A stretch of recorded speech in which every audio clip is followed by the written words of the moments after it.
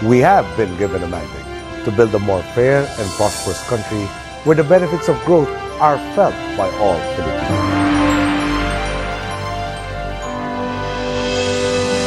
So, pinaagi sa mga consultation, naghihimo na itong tanan, nigamap kita o usa ka desisyon nga kita musud ta sa Liberal Party.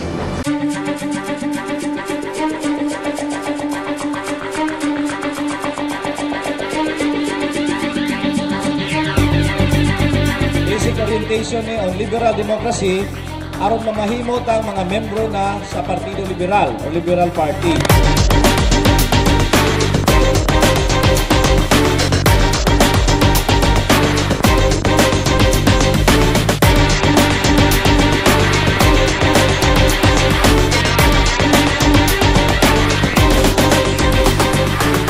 With a clear vision, backed by concrete action, and a proud tradition upheld by genuine conviction, the Liberal Party now more than ever remains the best option for hope and change in our country.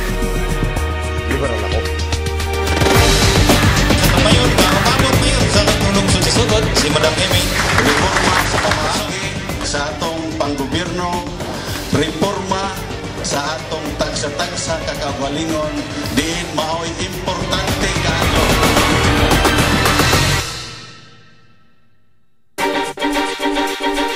Dako ang atong garbo o kalipay na introduce ka ninyo o atong sugatong siya sa makabungog na palakpakan ang atong Secretary sa National Anti-Poverty Commission, Honorable Joel Rocamora.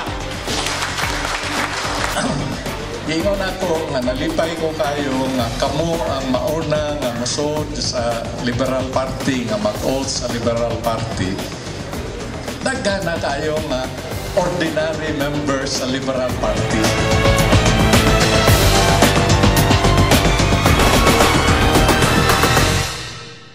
Being a liberal is more than just a political career. It is a lifelong struggle for what is just and right. I am going back to the Philippines, and if I have to go back to jail, so be it. I believe that real suffering, bravely borne, melts even a heart of stone. I want to prove to Mr. Marcos that not only comfort and material things are the demands of the flesh, that there is an indomitable spirit that will be willing to take any sacrifices for our people.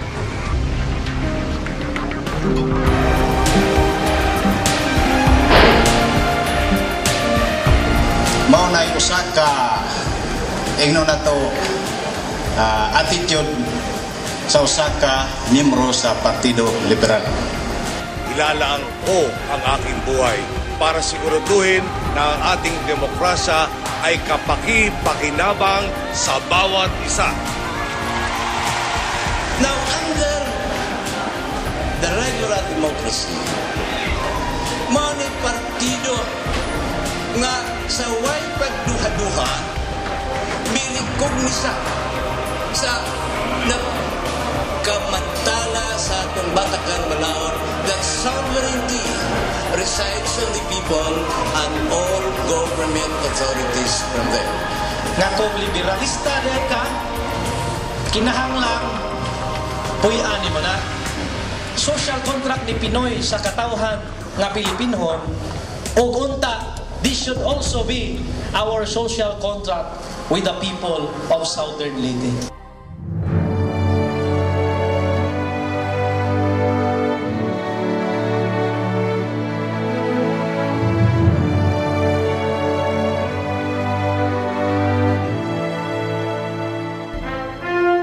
Ngayong semana, ning-take off ta dito sa Manila, kuyog ni Vice Mayor, kuyog sa mga konsyales, sa mga incumbent, kuyog usab sa pipila ka barangay captains. So muna mga kaigsunan ko, umingon ako kaninyo sa inyong gihangyo na kita magkahiusa kitang tanan sa usa ka direksyon dato sa itong pinanggang Presidente Noynoy.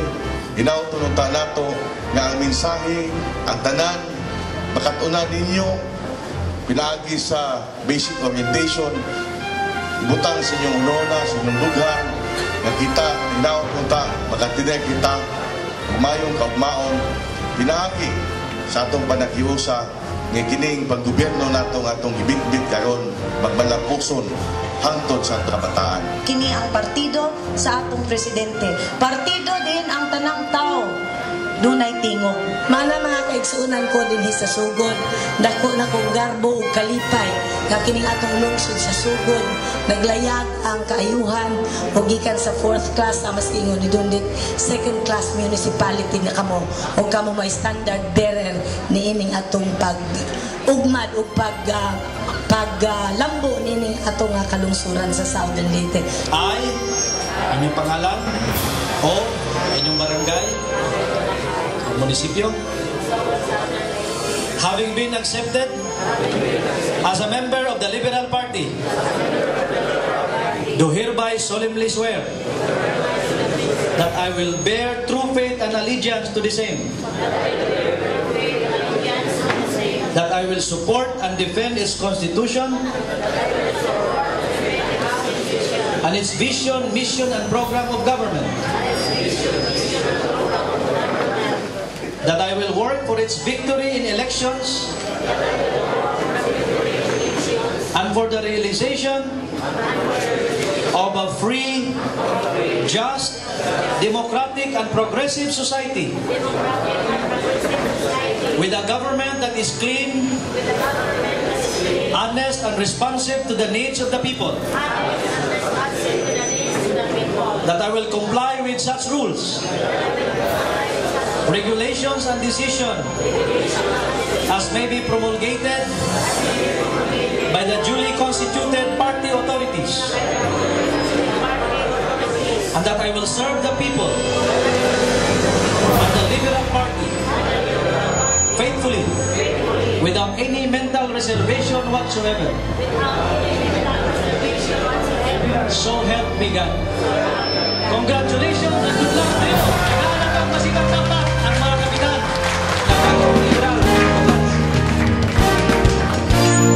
Ang mga nauna sa ating inay na lako, ang bansang ito'y babangon tayo.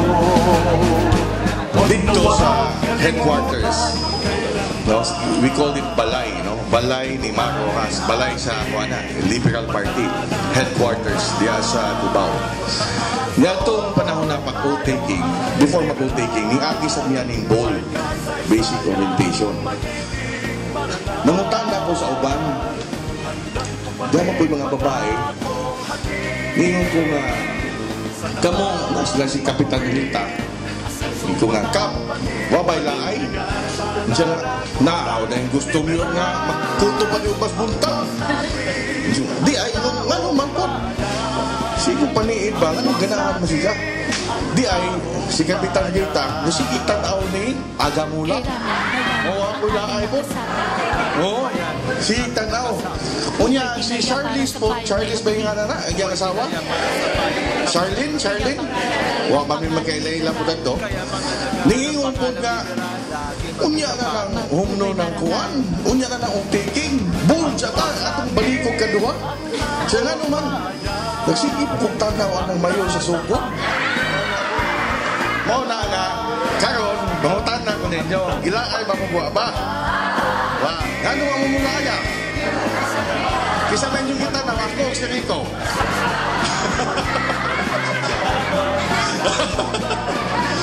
Ay, inyong pangan?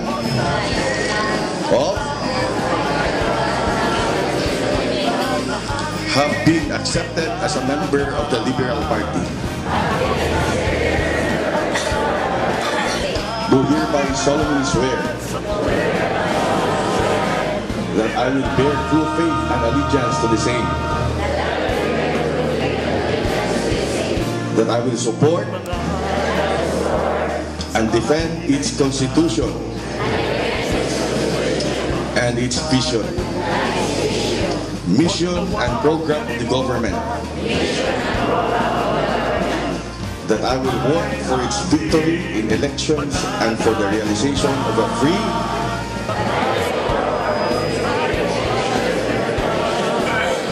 just democratic and progressive society with a government that is clean,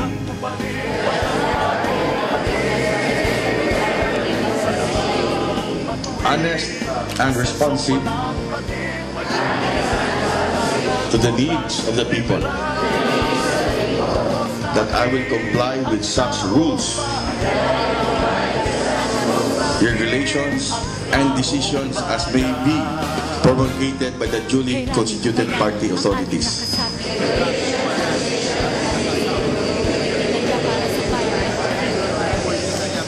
And that I will serve the people and the Liberal Party faithfully, without any mental reservation whatsoever. So help me God. Liberal ako! Amoy ang liberal! Okay, dagang salamat, dagang mas Liberal, ang boss natin.